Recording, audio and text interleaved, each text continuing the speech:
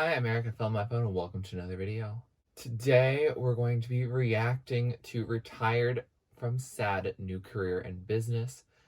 And, I'm very excited to get into another Mitski project. You all really love my Mitski reactions, and I'm just excited to keep diving into her more in depth. I heard she's doing a soundtrack for a graphic novel, and if you have any details on that, please let me know because I don't know much about that.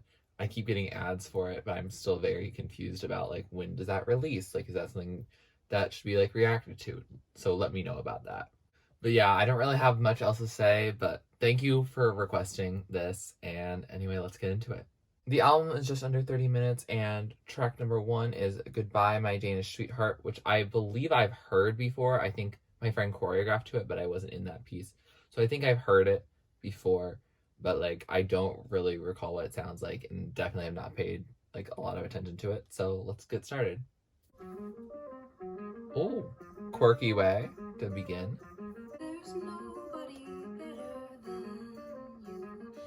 There's nobody better than you.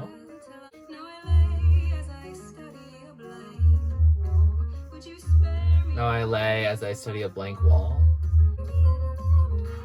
Oh, I like the crashes.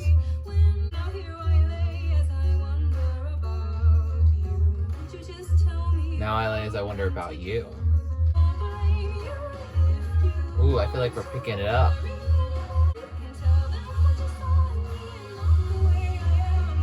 You can tell them what you saw in me and not the way I am.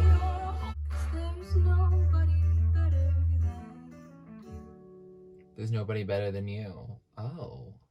So that was Goodbye My Danish Sweetheart, and what a way to start the album. It definitely instrumentally is really cool. I like how it has such a cool cadence to it.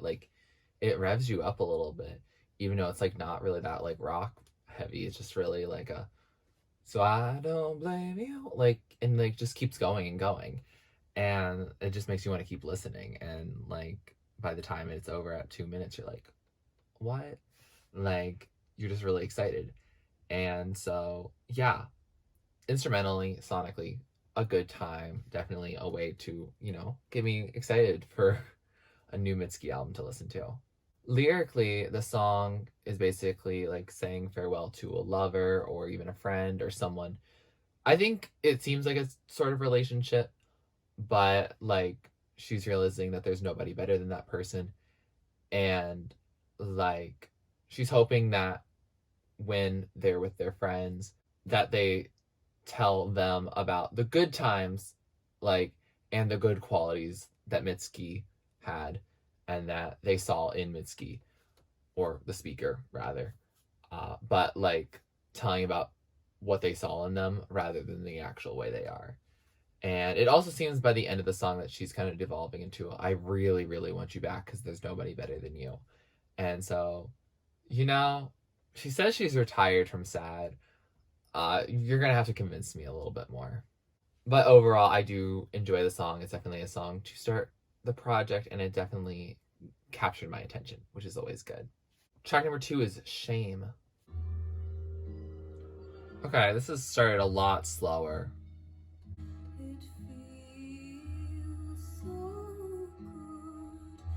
It feels so good. They're right outside the door and they don't know.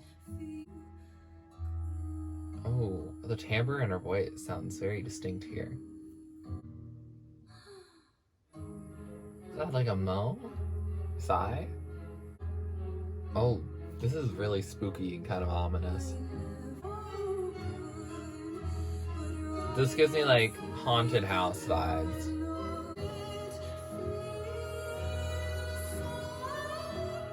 Oh, that's a very interesting vocal filter.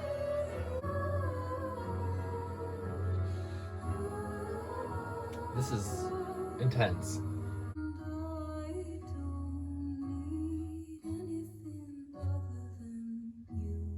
And I don't need anything other than you. So that was Shame, and that was a haunting song. Sonically, wow.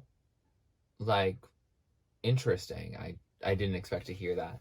like a lot of I think those are like violins, like the do do do do, and like wow, that's like it gets a little creepy in a way. The song lyrically seems like it's about her enjoying an intimate act either with someone else or by herself, and like outside that door nobody knows what's going on, it's a little secretive. Maybe a forbidden love, maybe just like they just don't know what happens behind closed doors. But someone on Genius Lyrics also mentioned it could be about like her mental state. She's like, I haven't been feeling well and I haven't been so good like mentally, and that the door is like her internal world and like her external world, like it separates the two. And so I thought that was also an interesting thing because I think Mitski also often talks about mental health as well. And so I think that's interesting.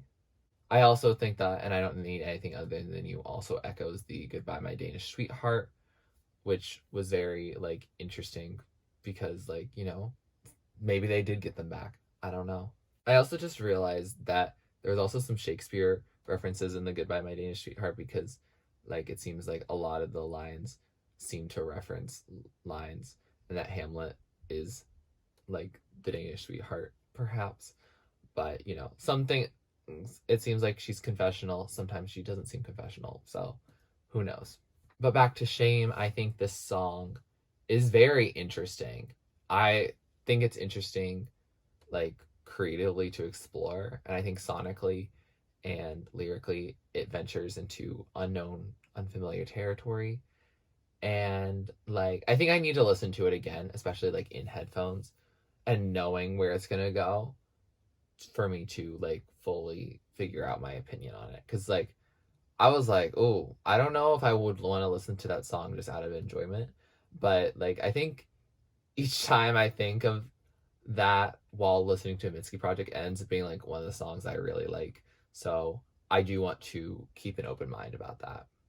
Track number 3 is Because Dreaming Costs Money, My Dear. Ooh, piano ballad time. I feel like I could have played that beginning. Maybe you'll see a cover soon. On some quiet evening that burns my eyes. What does?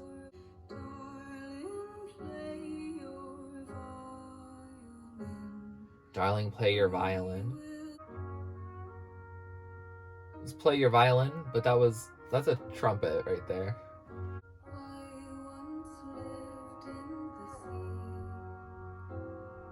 I once lived in the sea.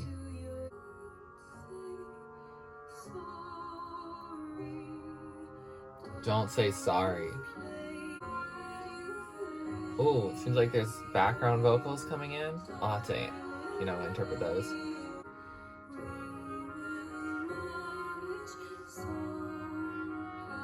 We will manage somehow. So that was Because Dreaming Costs Money, My Dear. And that was a beautiful, slower number.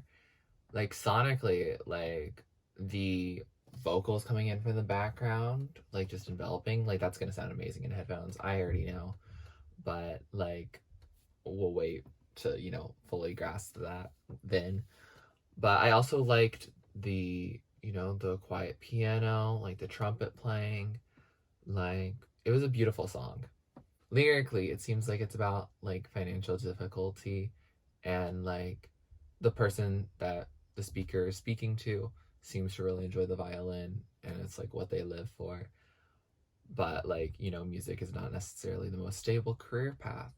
And so like she's like, don't worry, we'll manage somehow. So it might be the speaker might be like a parent talking to a kid, or maybe the breadwinning adult in a relationship, like telling the more creatively minded, less conventional, like business path, like person, like telling them that. So I don't really know, but like it seems like it's giving like a reality check to like those types of aspirations, while also saying like dreaming like is important, but it does cost money, my dear. I thought the song was beautiful. I don't know, like it is really depressing, so I don't know if it's the type of song I want to listen to all that much, but like it did capture my attention, and I think I like it for that at least. Track number 4 is Humpty. Oh, that's such pretty piano. It's all that I need.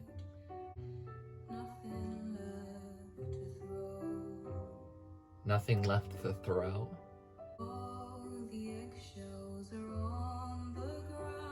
All the eggshells are on the ground, like Humpty Dumpty.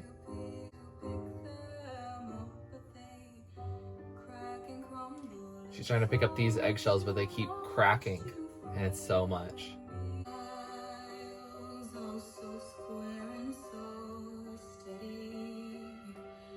The tiles are so square and so steady. I keep wanting more, more, more. Oh, we're building. That's gonna sound amazing in headphones. Ooh, I love what they're doing here.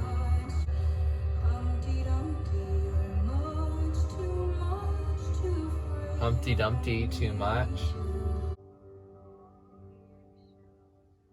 Oh, muffled vocals at the end. I see what you're doing here, Mitski. So that was Humpty, and oh, I really liked that ballad, like a lot. Like I don't really say that I really like ballads a lot. Like I like a good one, but I feel like recently most of the ballads have been like, okay, fine, like it's nice. But this one, ooh, stand out. Sonically, it's just like that build just really takes me. The little muffled vocal at the end of her singing Humpty Dumpty, it's much too much, or the eggshells or something like that. I can't recall what the exact muffled vocal at the end was, but like cherry on top, you know? Like just perfect. Like this song is just great. I love it.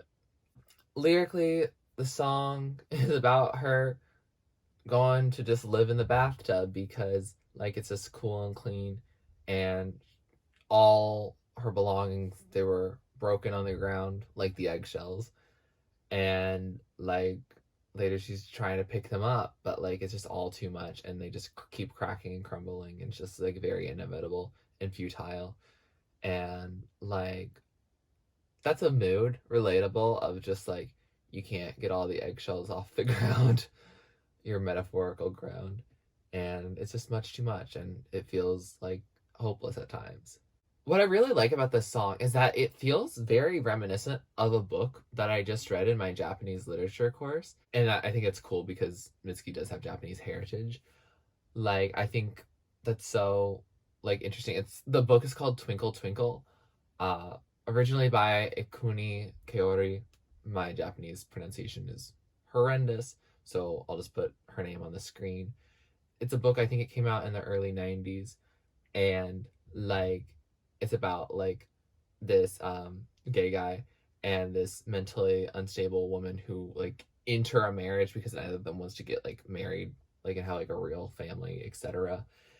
And like mentally unstable woman, like it feels like it's told directly from that perspective because like she loves the bathtub, like the guy in that relationship like is always like picking up and cleaning, and like she's always messing with the good thing even though the good thing does have like problems that need to be addressed, but like she doesn't really want to address them, and she doesn't even know exactly what the problems are, so she's like distracting herself from that. And like it's just all like very like uncannily similar to this, and I wonder if Mitski was inspired by that book. Like I don't know, I've heard that the book was like really popular in Japan in the 90s, so like it's possible that Mitski would have like read it and like been inspired by that character, but I can definitely imagine the character in that book, Shoko was her name, like I can definitely imagine her like singing that. And so that's really interesting. The song is also the only one so far that has the title of the song in the actual song, uh, Humpty Dumpty, and like that nursery rhyme, you know. I think it's relevant here because, like, egg. Chart number 5 is circle. Ooh, this is ominous. Now I can't tell the truth.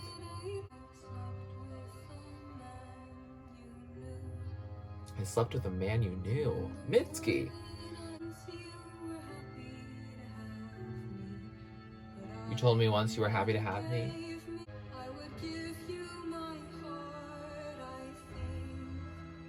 I would give you my heart, I think. Nobody knows my lover's buried underground. What? That's a plot twist. There's a lie I told to you. Did you to this man? So that was Circle, and sonically beautiful. Chill, like a song that's definitely driven more by its lyrics than its sonics, but like the sonics definitely don't take away, they add to it, like add the suspense. Like I almost got traces of like Shame with the, zoot zoot zoot. Don't know how to say that other than that because I don't know what instrument it was in Shame, but like there was something like staticky in this song at like some points, and like so I see the cohesive like building of the sonic like landscape, but the song is about, I mean, it seems like it's about a lot. I definitely think this, and also probably most of the other songs on this album, I think are not confessional. I feel like they may be inspired partially by people in her life. Like, I think this song in particular does not feel like out of her pocket and out of her mind. Like, because like it seems like it's about like there's a lie that she told her lover. I don't know if we actually know what the lie was. I know that one possible lie that she said is that, oh yeah, I'm all yours, because she never gave herself away actually. And like love that feminist outlook. Like yeah. I don't know if like the person that she told the lie to is like the lover that's then buried underground. She says, now I can't tell the truth, but I don't know if it's just like it's been so long that this lie has happened, or it's like I can't tell it to you because you're no longer here. I did think the I slept with a man you knew, that's not the lie actually. I thought it was originally, but the lie ate her up inside, so she slept with a man that her lover knew, and all the businessmen saw her and were reminded of when they were in that guy's shoes. So it seems like she's been around, which is totally cool. We are intimacy positive channel here. But like, yeah, like there's a lot. And I would love, honestly, there's no real annotations on Genius about this song. So I'm honestly really lost, especially like I would love someone to just tell me what the narrative is, or at least some fan theories about it. Please let them, down in the comments below. I'd be happy to read them. But definitely, like, there's some stuff that felt startling happening there. And so I definitely want to know more. Track number 6 is I Want You. Ooh, I feel like this is going to sound amazing in headphones just already. But I Want You. Oh, percussion entering.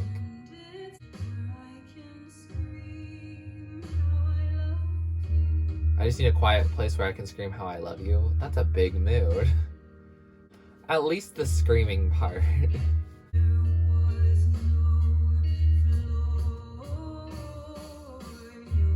When I stepped through, there was no floor. Yikes. Oh, I like this guitar and stop. Like, I like that vibe. Her voice sounds really beautiful here. So that was I Want You, and definitely like, what do you do with a loving feeling when the loving feeling makes you all alone? Like, I definitely got, some traces of later songs in this song in particular. Like, it was lovely. I enjoyed it. Like, I mean, again, a chill song. We have a lot of slow songs here, which I was not expecting. Like, I guess the speeding up really happened on later songs. I don't know. We do have some couple of shorter songs coming up soon, so maybe those are faster and that's why they're shorter. But like these songs have been pretty slow so far. Like they definitely are still captivating me and they are like still short because that's Mitski for you.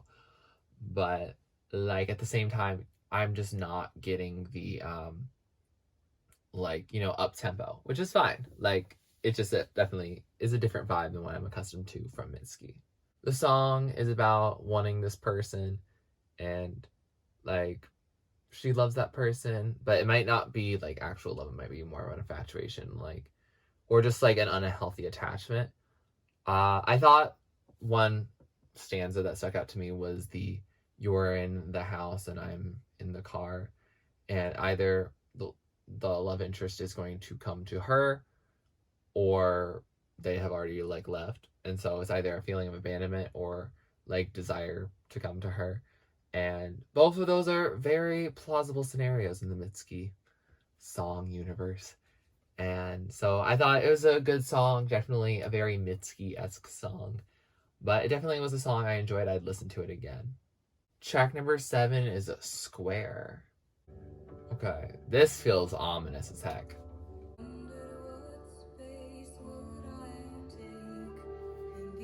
I wondered what space I would take.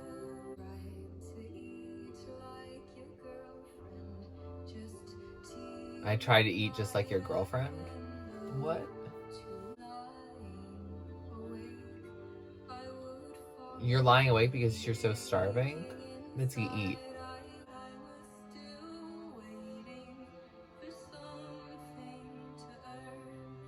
I was still waiting for something to earn?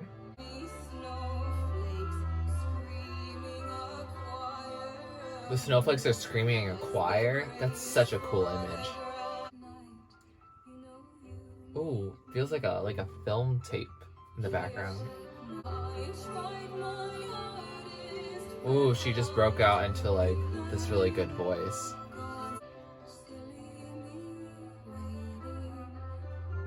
Silly me waiting for that something to earn? Dang. So that was Square, and that was a really interesting song. Like, sonically very interesting. Like, there's a lot of stuff to go on. Like, I feel like volume-wise, it just changed a lot throughout it. So I definitely, headphones will be ready. Very much like Be the Cowboy, I will say. That feels very much like how this album has been. Like, I just need to, like, put on headphones, and then I can really groove to it and really vibe to it. That's especially considering because all these songs are also very short. And Square, I think, is our last one that's 3 minutes, other than we are going to do the 2 additional ones that Spotify has, the solo piano version of Square, and then Shame, the jamming out solo version. So very excited about that. But like, this is our last newer and of the longer songs. And like, it was such an interesting song. I thought the story was really cool.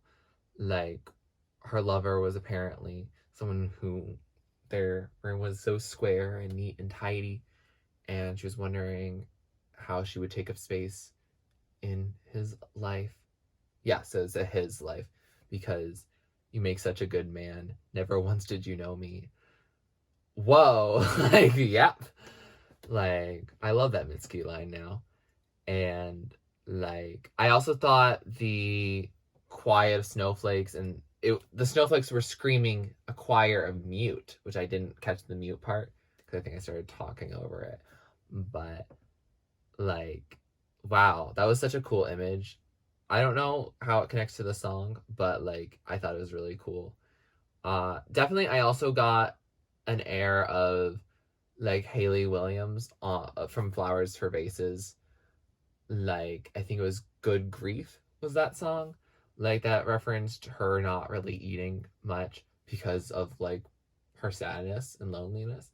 And like, it seemed like Mitski had like loneliness but within a relationship here, and also just trying to eat like his girlfriend should, which is like not eating much at all, just having tea, which is just not a good idea. Don't do that. Don't ever do that. Like eat, because you don't want to stay wide awake up at night because you're hungry. Like it's not a good feeling. I've made the mistake of accidentally doing that. It's not fun at all. So just don't do that. I also thought the line of I could have given you all that you yearn for, or you could have given me all that I yearn for, but I was still waiting for something to earn. And also the line of how should I learn that God's really simple and love doesn't burn? Like these lines, they're such jabs. I wonder if they're about like actually someone, or if she really channeled like this character that like doesn't actually like exist outside of her mind and in this music, because it felt like really powerful, and like the more I talk about it, the more I get really interested in this narrative. And I think it really enhances the song for me, because I think this song, as well as like the last few that we've had, like the sonics have been great, but I think the lyrics are where she's shining through. And so yeah, very interested to listen to this song again and to see what else she has to offer on this album. Track number 8 is Strawberry Blonde, and it is our first under 2-minute song on this record. So get ready for something probably fast. Oh. I love everybody because I love you. I love everybody because I love you. All I need, darling, is a life in your shape. This feels like upbeat, happy, goodbye, my Danish sweetheart. Oh, look at you, Strawberry Blonde. I love how she hit that high note. I love it when you look my way. Oh, shift. I love it when you look my way. Oh, wow. A quick number. So that was Strawberry Blonde, and that was a beautiful, albeit quick number. Like, I really enjoyed that. Like, very upbeat, sonically just really pretty. Very summery, like, ready for the summer vibes. Like, I will probably stream this a lot this summer. Like, it feels right. Lyrically, it's about kind of like a lot of the themes of this album, the all I need is you kind of vibe, and placing so much emphasis on this other person. Like, I think we get this idea in particular reminisced more on Your Best American Girl, like from Puberty 2, as well as Me and My Husband on Be the Cowboy. Like, it seems like the emphasis is so much placed on this guy, and he really just ain't all that. But she really, like, is in love with him, like, very much, like, just deep down, like, in love. And it seems like he's not into her. Like, it seems like he says, you tell me that you love her, and I give you a grin. So, like, he's not even, like, romantically involved with her. So, like, yikes. Like, it's a lot. And so, like, I also thought it was interesting because when I was reading, apparently there was also references to the Your Best American Girl in terms of, like, being, like, you know, she's not white. And, like, how, like, all I need is a life in your shape, and, like, how that could be referencing, like, trying to be a part and assimilate into white society. And also the look at you, Strawberry Blonde, like, pretty much it's only white people who would naturally have that color and of like hair. And so, like, that's really interesting. And I think that's definitely something worth exploring more. Something I know a ton about because I've just heard this song. But I think this song is really pretty. It seems like it's gotten a lot of streams, especially, I guess, as Mitski became popular more retroactively. Maybe it got big on TikTok, this song. I don't know. I think it's in her top 5, like, currently most streamed songs. But, like, it's a pretty song. It's definitely, like, upbeat. But, like, pretty much every song by Mitski, it's sad. There's some element of tragedy in it. And there's definitely unrequited love here. Also, let me know, am I Strawberry Blonde? Like, I get a lot of comments, like, from people in my everyday life about different hair colors that I have. And I'm just really curious. I think it changes seasonally. Track number 9, Class of 2013, This would maybe be the end of the album if you weren't listening to alternate versions, but we are going to listen to the alternate versions of Square and Shame after this. Oh, quicker piano.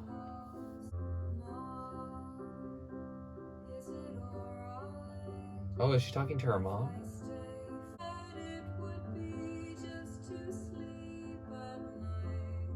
It would be just to sleep at night. She wants to live at home.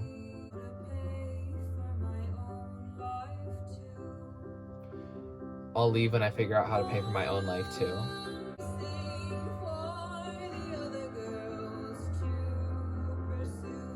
I'll leave what I'm chasing for the other girls to pursue. Can I dream for a few months more? But it costs money, my dear. So that was Class of 2013, and that was a pretty song. Like, wow, hits you. Like, if you're my age, I'm in college right now. So,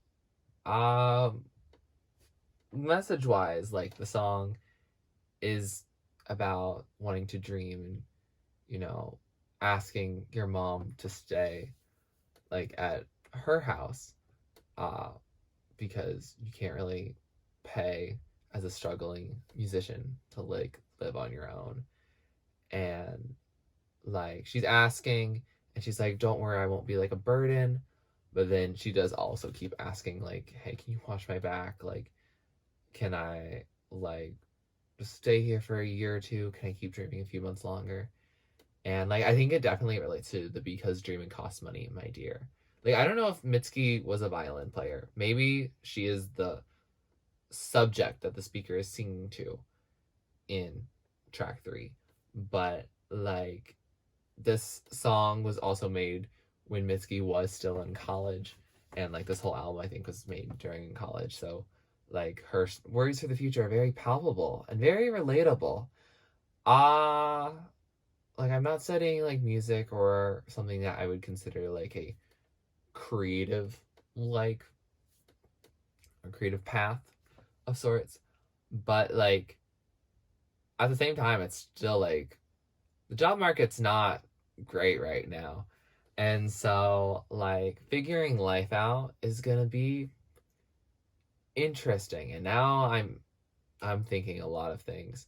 I feel like this moment right now, similar how to I felt like when we ended Bury Me at Makeup Creek with Last Words of a Shooting Star, like, very different, like, existential crises happening there. Like, one's about, like, oh, if I just, like, you know, like, how would I feel? That's an existential question. But also, what are you going to do with your life is also an existential question. So we will figure those answers out later. I'm going to continue with this reaction, and we are going to pretend that this never happened.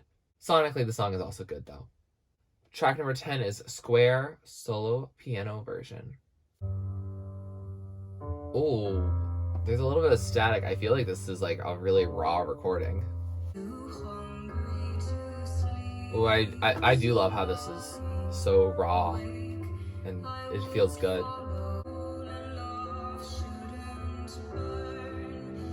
Love shouldn't burn. I feel like the song might flow better with this version.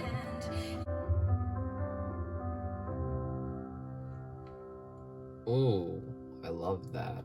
So that was the solo piano version of Square, and I think I like that one better. It felt raw. It made it feel like this is, like, a college, like, song.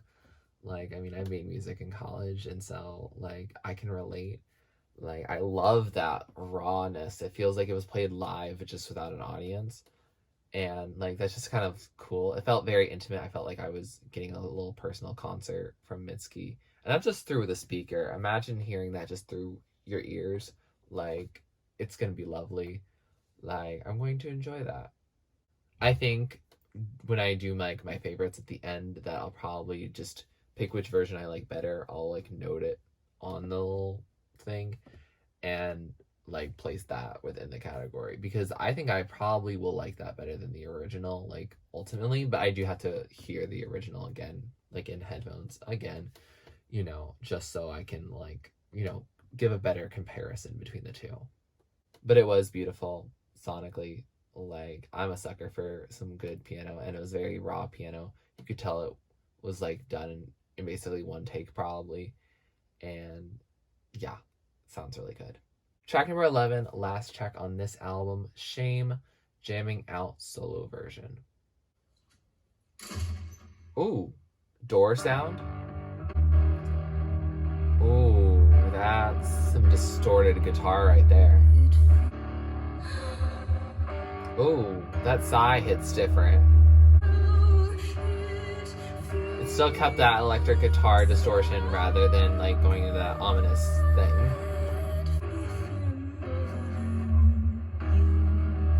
I don't need anything other than you. Very clear theme of this album. So that was the Jamming Out solo version of Shame, and definitely a different version. I don't know which one I prefer. I feel like the solo version just didn't really go anywhere for me.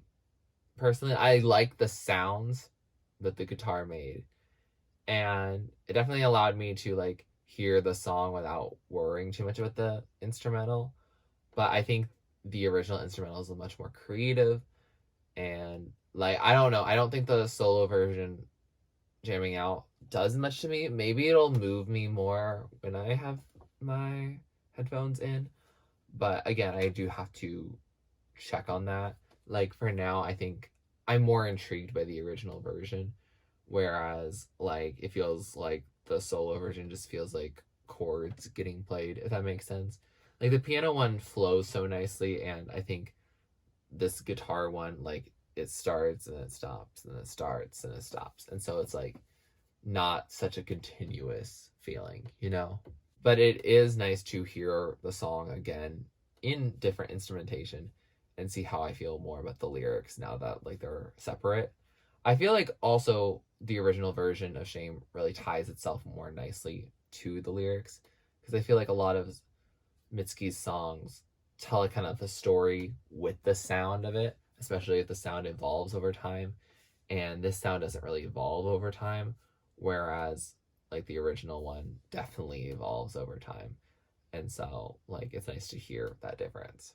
With that said, we have finished this album, and I am excited that we get to listen to this album again. Like, I get to listen to it on my own. I think it'll be fun. I think it'll be enjoyable.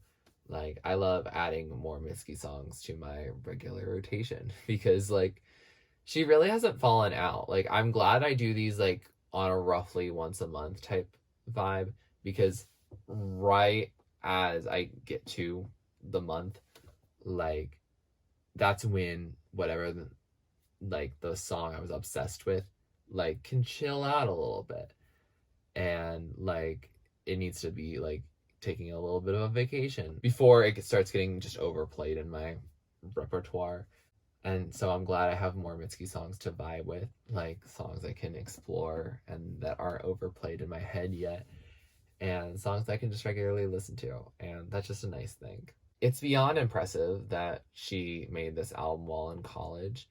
Like, the last two, like the solo versions feel like, okay, those can be like college tracks, but like how creative she is on all these songs. Because like, I mean, I know she probably had like assistants and like producers or whatever, and they might have been friends. I don't know. I don't know her life like that. But the narrative building, the lyrics, the sonics, like, it's also interesting. And that's what's just so cool about Mitski, is that you might not like a song that she makes, but I feel like I don't often necessarily compare her to artists like entirely. Like, there's no song that sounds exactly like a song that some other artist made. Like, it feels like a Mitski record, if that makes sense, because she's so unique and she's so creative in how she makes music and how she tells stories. And like, I'm glad that I get that from her. It makes it sad that when I finally, go through all of her discography, that I will then have to wait more than just a month to hear more music from her.